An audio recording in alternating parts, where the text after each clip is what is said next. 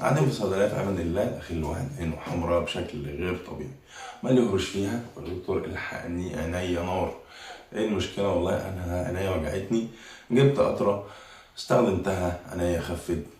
بعد شهرين عينيا وجعتني، رحت جبت القطرة من الدرج حطيتها، عينيا ولعت.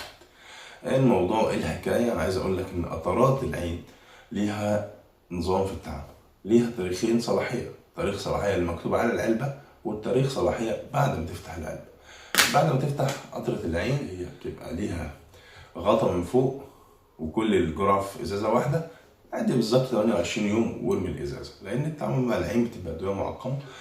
مع الوقت الأدوية دي أو في خلال شهر بيحصل فيها كونتامينيشن أو تلوث، ممكن تبقى هي المشكلة بعد كده.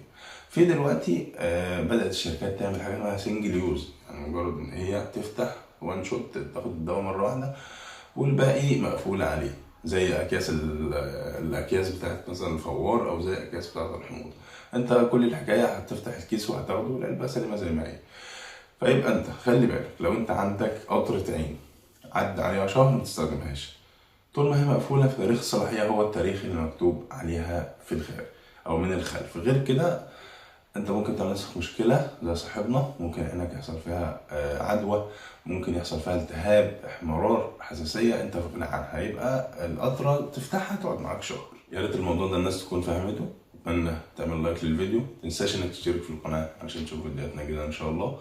ولو في اي سؤال سيبولنا تحت في التعليقات وهجاوبك عليه ان شاء الله. اشوفكم في حلقة جديدة. السلام عليكم ورحمة الله وبركاته.